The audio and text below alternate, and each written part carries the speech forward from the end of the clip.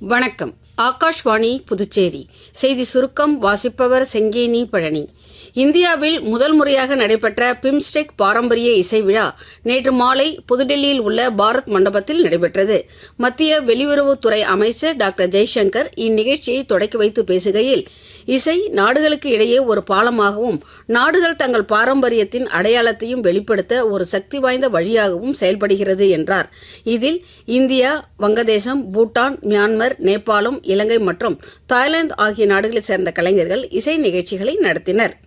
ஜார்க்கண்ட் மாநில முன்னாள் முதலமைச்சர் சிபு சோரன் மறைவிற்கு குடியரசுத் தலைவர் திருமதி திரௌபதி முர்மு, பிரதமர் திரு நரேந்திர மோடி ஆகியோர் இரங்கல் தெரிவித்துள்ளனர்.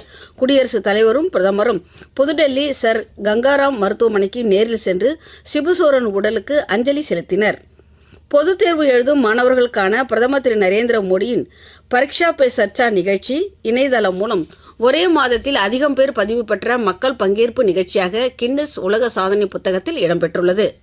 மத்திய ஆயுஷ் துறை அமைச்சகத்தின் கீழ் செயல்படும் தேசிய மருத்துவ தாவரங்கள் வாரியம் அழிவு நிலை மருத்துவ தாவரங்களை திசு வளர்ப்பு முறையில் பாதுகாக்கவும் புதுடெல்லி எய்ம்ஸ் மருத்துவமனை வளாகத்தில் மூலிகைத் தோட்டம் ஒன்றை அமைக்கவும் சம்பந்தப்பட்ட நிறுவனங்களுடன் 2 புரிந்துணர்வு ஒப்பந்தங்களை எட்டியுள்ளது.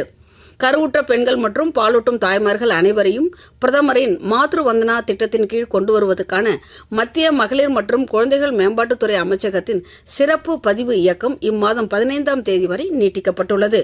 புதுச்சேரி திருபுவனை துணைமின் நிலையத்தில் இருந்து செல்லும் களித்தீர்த்தால் குப்பம் மின்பாதையில் பராமரிப்பு பணிகள் மேற்கொள்ள இருப்பதால் இன்று காலை 10 மணி முதல் மாலை 5 மணி வரை களித்தீர்த்தால் குப்பம், ஆண்டியார்பாளையம் மற்றும் திருபுவனை பகுதிகளில் மின்தடை ஏற்படும் என மின்துறை அறிவித்துள்ளது.